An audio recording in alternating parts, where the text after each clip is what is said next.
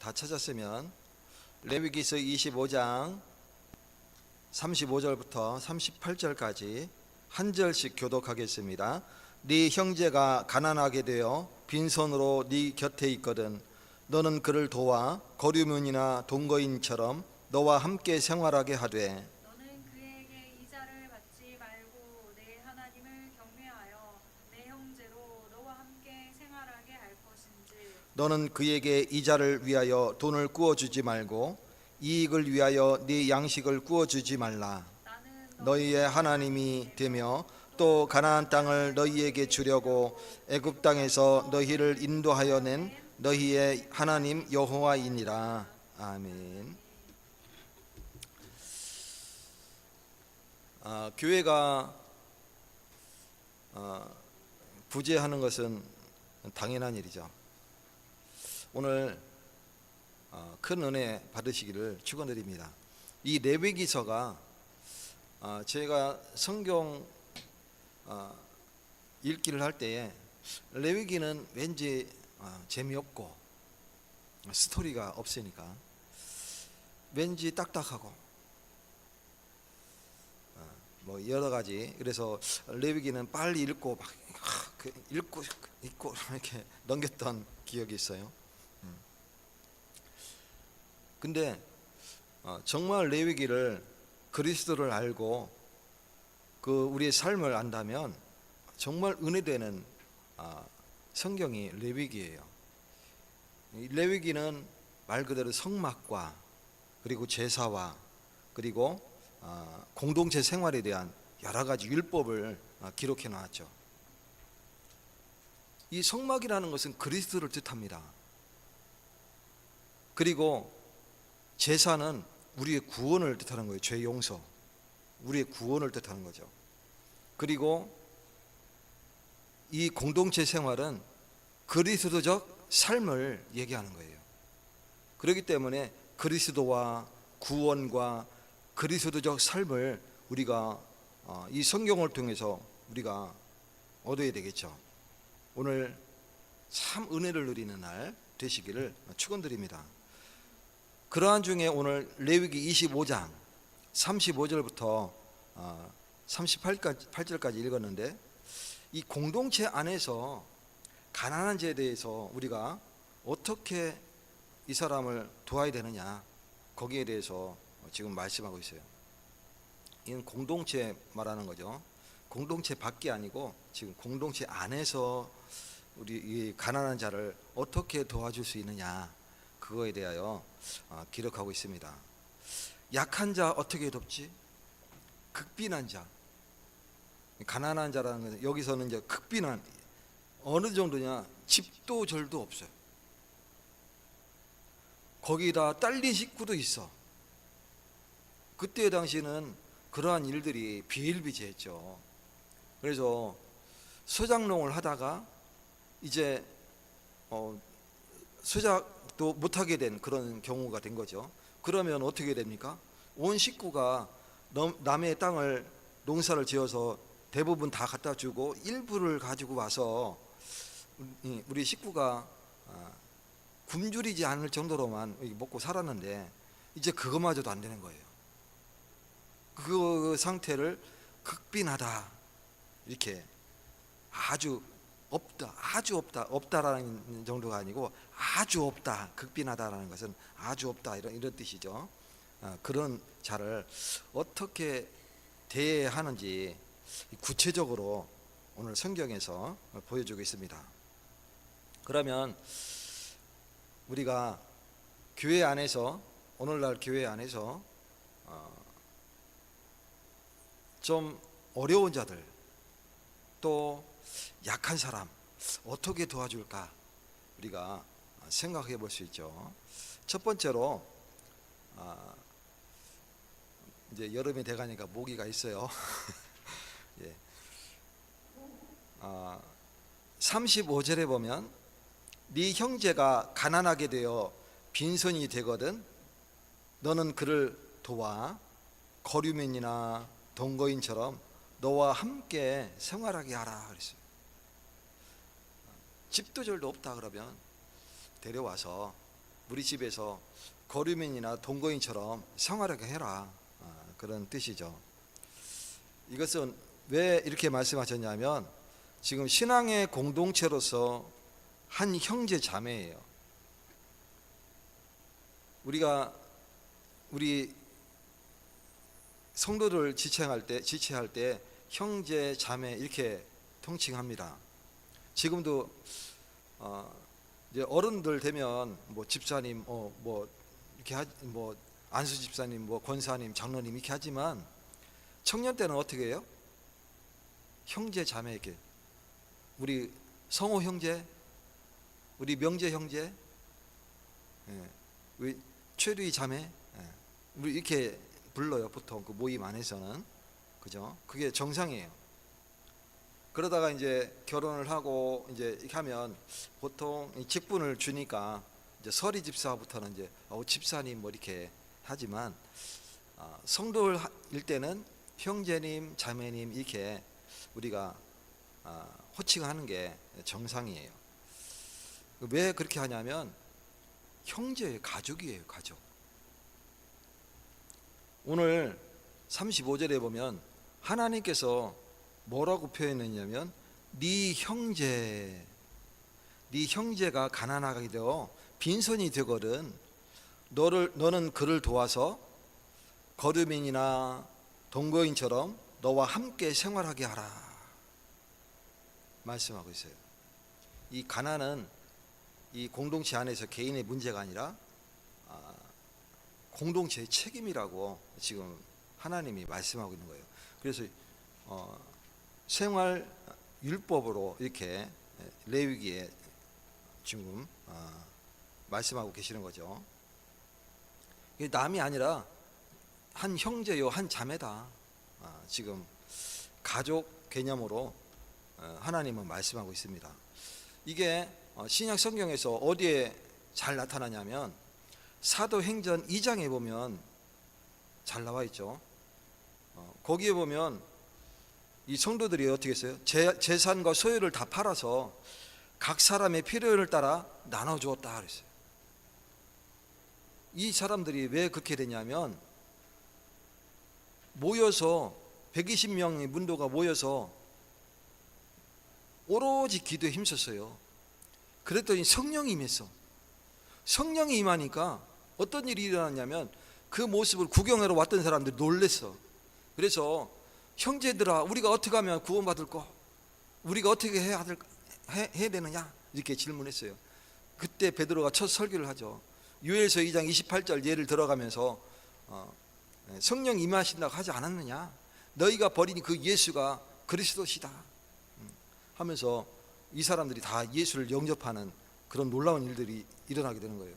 갑자기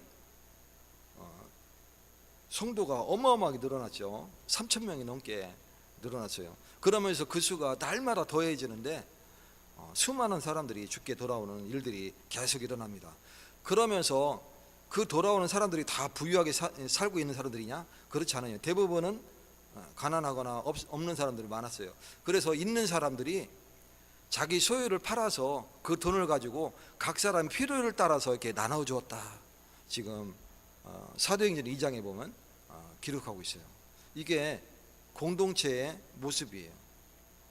오늘 저와 여러분이 교회 안에 어려운 사람이 있다면 또 약한 사람이 있다면 그들을 도와줄 수 있는 그런 삶을 우리가 살아야 됩니다.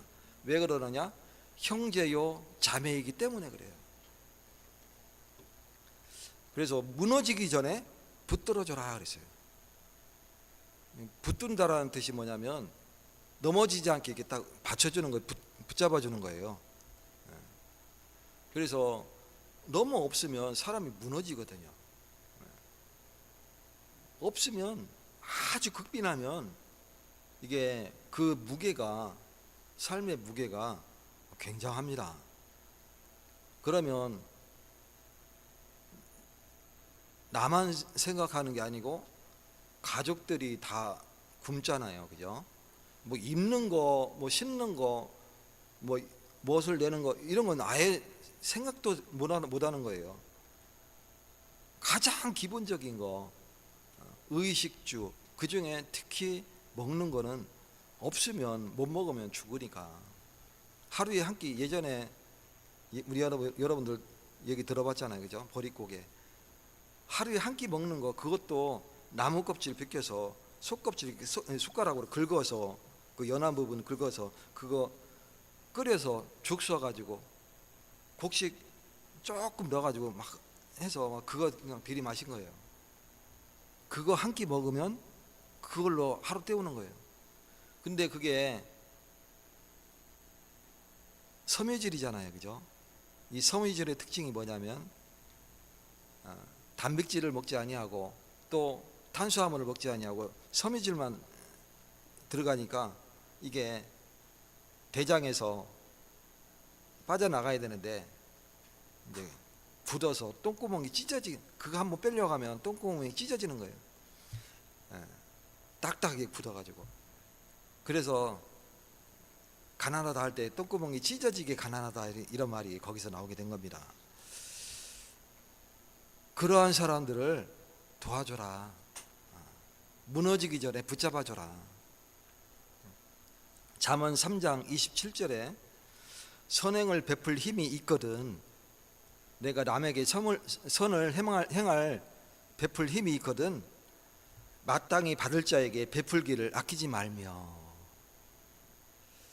내가 좋은 가족이 있어서 이 교회 안에 믿음의 형제들에게 베풀 힘이 조금이라도 있다면 그것을 아낌없이 베풀어라 말씀하고 있는 거예요. 그러면서 나그네처럼 대해라.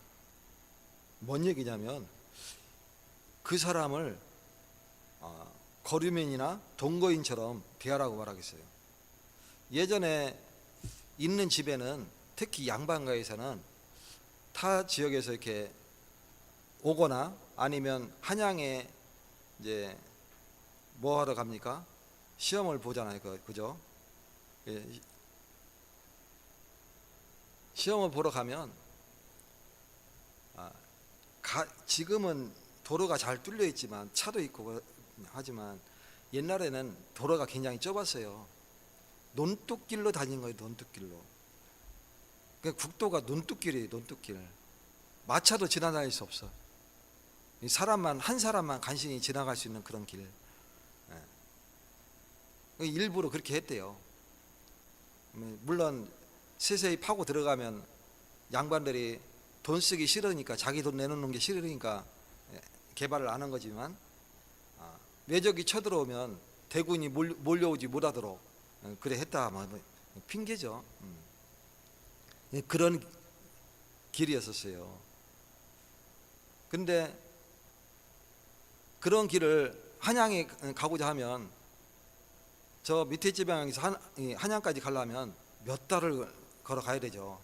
건장한 청년이 걸어가는 것도 아니고, 자기가 먹을 거 지어가면서 갈아입을 옷 같이 다 챙겨가면서, 또 노자로 써야 되니까, 옛날에는 지금같이 돈을 쓰는 게 아니고 옛날에는 면포나 아니면 쌀이 그게 돈이에요. 그걸로 물물 교환했어요. 그러면 얼마나 짐이 많아야 됩니까? 그러니 그 사람들이 가다 보면 지금같이 여관이 있습니까?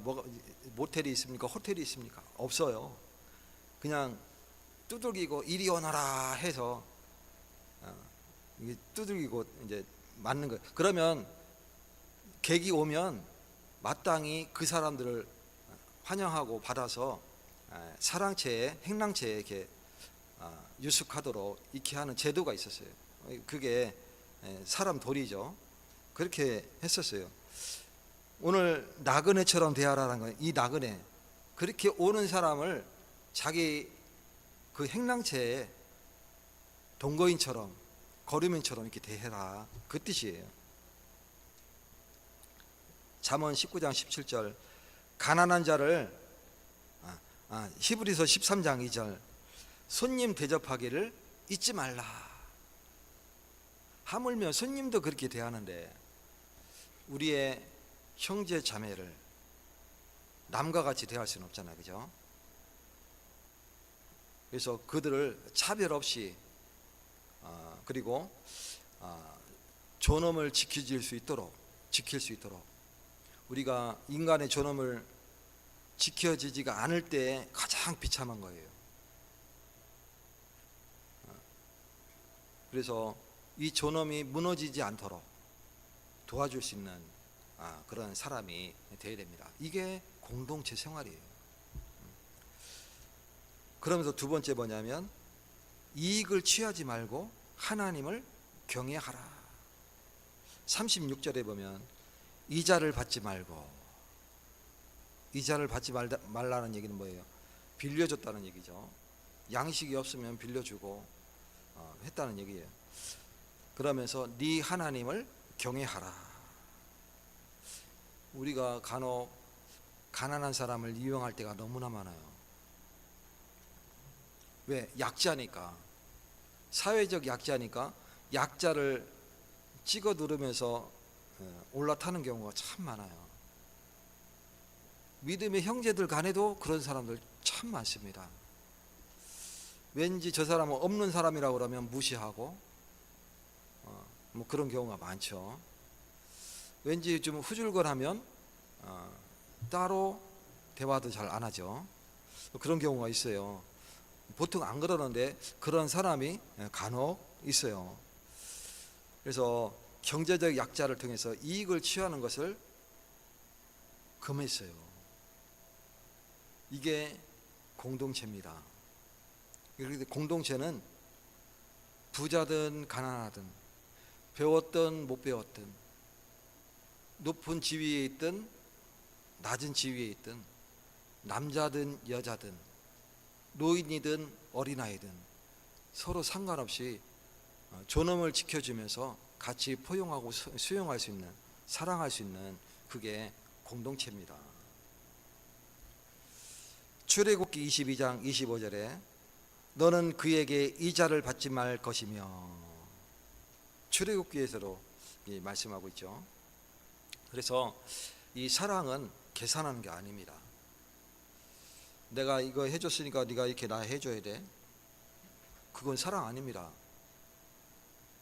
보통 그 부부 사이에 문제가 불거지고 뭐 이렇게 막 싸움이 일어나고 하는 그 바탕이 뭐냐면 나는 이렇게 했는데 너는 왜 나한테 이렇게 안 해줘? 하는 그게 바탕이 내면에 그런 게 쌓이고 쌓여서 나오잖아요. 물론 우리가 사회적으로 보면 또 상담학적으로 보면 이게 해야 되죠. 받은 만큼 돌려줘야 되고 하는 그런 게 있어요. 그러나 사랑은 그게 아닙니다. 그거는 거래적 관계죠. 이 사랑은 그게 아니죠. 사랑은 계산하지 않습니다. 부모가 자식을 양육할 때에 뭔가 계산해서 자기 자녀를 양육한다고 그러면 그건 부모의 사랑이 아니죠. 내 자식이기 때문에 사랑을 베풀고 잘 양육하고 올바른 길로 갈 수 있도록 훈육하고 양육하는 겁니다. 이 아이가 혹시 잘못된 길 갈까봐 부모는 노심초사하는 거죠. 거래적 관계면 뭔 상관이 있어? 아무 상관없어요. 못 나가든 뭐하든 내가 이만큼 베풀었으니까 너는 이제 나한테 이렇게 해놔야 돼. 그거면 되는 거예요. 근데 부모와 자식과는 그게 아니잖아요. 그래서 사랑은 계산하지 않고 또 세상은 손익을 따지지만 손해와 이익을 따지지만 하나님의 사랑은 조건이 없는 거예요. 그래서 무조건적 사랑입니다.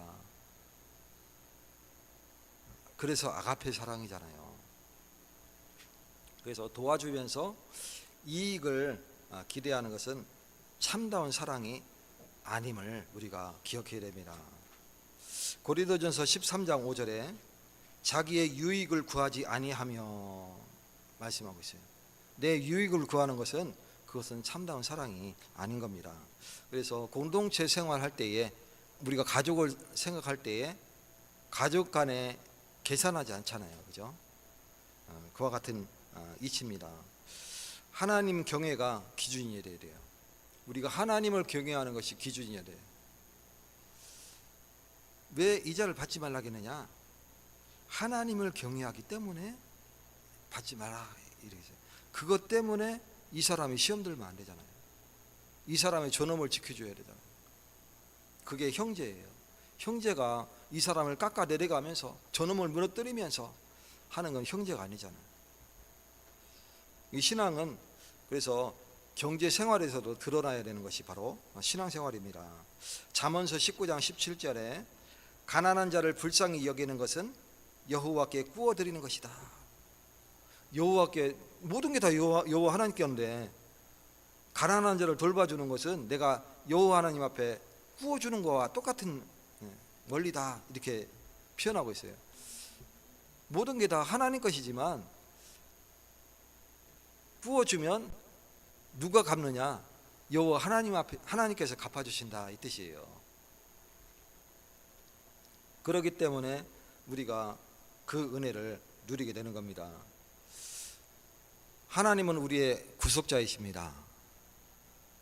인정하십니까?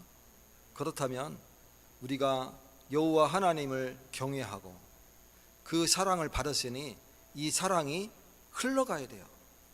사랑은 멈추면 어떻게 돼요? 물이 고여 있으면 어떻게 돼요? 고인물이라고 하잖아요, 그죠? 고인물은 썩게 돼 있어요. 물은 흘러가야 돼요. 흘러가면 청정물로 바뀌어요. 흘러가면 갈수록 청정물로 바뀌는 거예요. 희한하죠. 이치가 그렇게 돼 있어요. 그래서 옛날 그 청계천 아시죠? 굉장히 꾸정물이에요.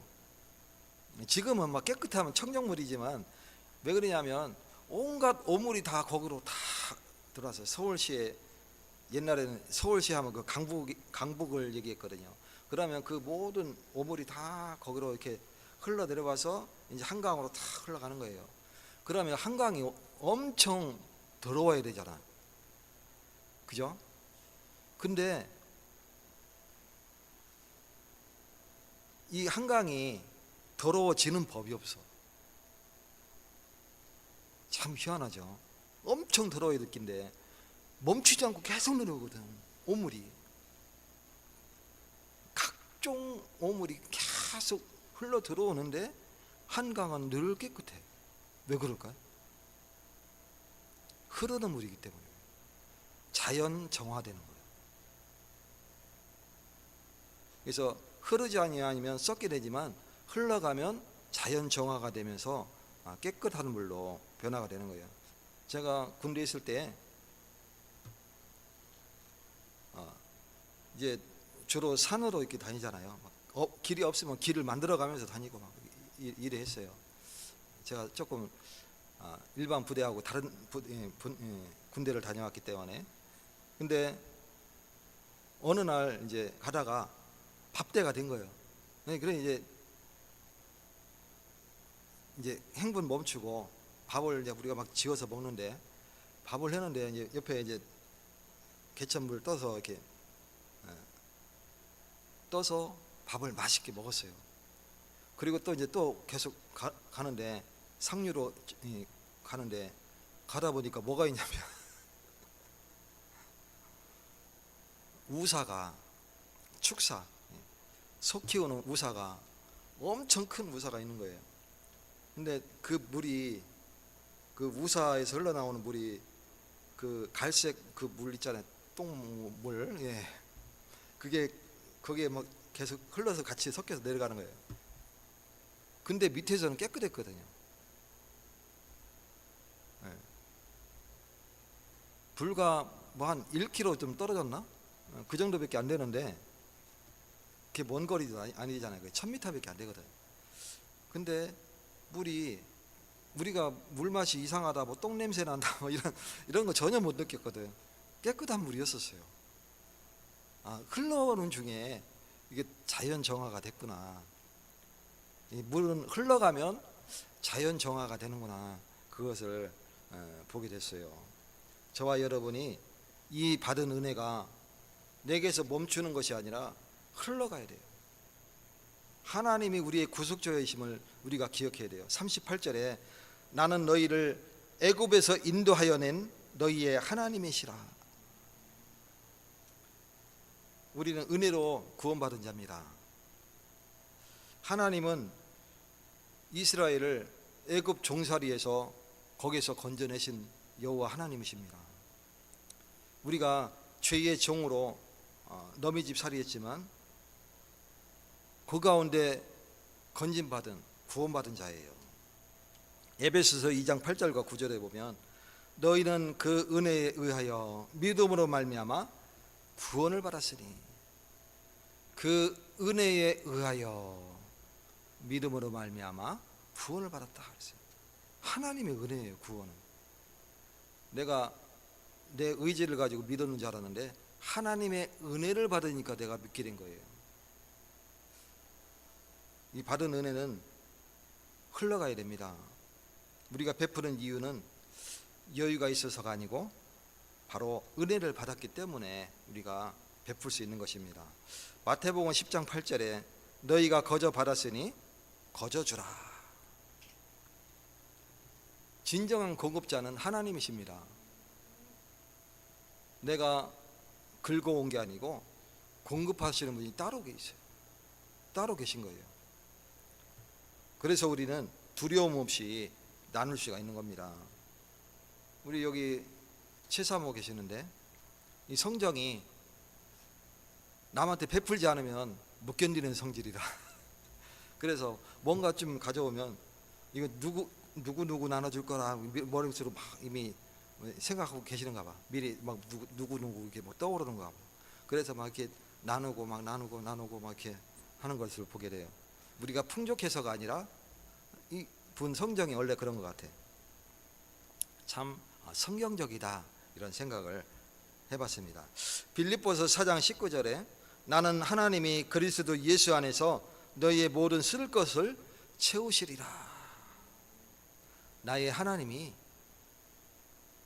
그리스도 예수 안에서 너희의 모든 쓸 것을 채우시리라. 하나님이 다 채우십니다. 오늘 급빈한 자를 도와주시기 바랍니다. 우리가 그리스도로 인하여 죄에서 건진받았잖아요. 하나님의 은혜를 가장 크게 입은 사람이에요. 그렇기 때문에 그 은혜를 이제는 무엇과도 바꿀 수 없는 그 은혜를 우리가 받았기 때문에 이 은혜를 나누는 겁니다. 나누어 주는 겁니다. 오늘 저와 여러분이 모든 것의 공급자가 하나님이심을 인정한다면 우리 형제 자매 간에 극빈한 자를 또 약자를 베푸시기는 축복을 누리시기 바라겠습니다. 나는 정말 없는데 어떻게 돕습니까? 여기서 돕는다라는 것은 물질적으로 돕는다는 말도 있지만 돕는 방법이 꼭 한 가지만 있는 거 아니에요. 물질적으로 돕는 것만 돕는 게 아니에요. 여러 가지로 기도로도 도울 수 있고요, 말씀으로도 도울 수 있고요, 또 여러 가지 헌신으로도 도울 수 있고요, 여러 가지가 있습니다. 또 재능 기부로 도울 수도 있고요, 도울 수 있습니다. 구원받은 자 구원적 삶을 살아가시기를 축원드립니다. 서론에 얘기했지만 이 레위기서는 성막과 제사와 그리고 공동체 생활에 대한 율법서예요. 그러면 이 성막이라는 것은 그리스도를 뜻합니다. 제사는 우리의 구원을 뜻하는 거예요. 그리스도로 우리가 구원받았는데 우리의 삶은 그리스도적 삶을 살아가야 되는 거예요. 오늘 가난한 자를 위하여 우리가 어떻게 도와야 되는지 말씀을 통하여 우리가 받았습니다. 하나님께 받은 은혜를 우리가 나눌 수 있는 넓은 그릇에 우리 모두가 되시기를 예수 그리스도 이름으로 축원드립니다. 하나님 아버지 감사드립니다. 하나님께서 축복하셔서 오늘도 말씀을 통하여 우리 공동체 안에서 정말 연약한 자, 극빈한 자를 어떻게 도울 수 있는지 하나님의 말씀을 통하여 우리에게 깨달음을 주셨습니다. 하나님, 우리가 도울 수 있는 약간의 힘이 있을지라도 우리가 베풀기를 그치지 아니하는 사람이 되게 하셔서 교회 안에 한 형제여 자매의 공동체 생활이 원활히 돌아갈 수 있도록 축복되게 하여 주시옵소서.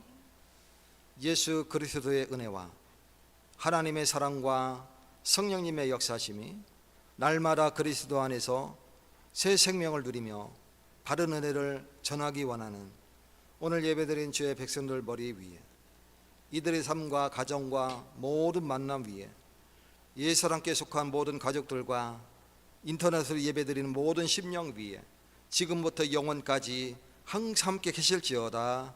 아멘.